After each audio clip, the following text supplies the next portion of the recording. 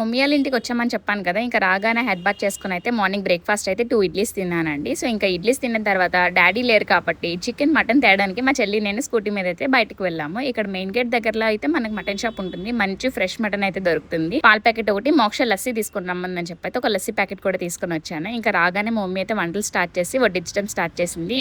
Special గార్లు, okay, chicken curry, mutton. Oh super, wow.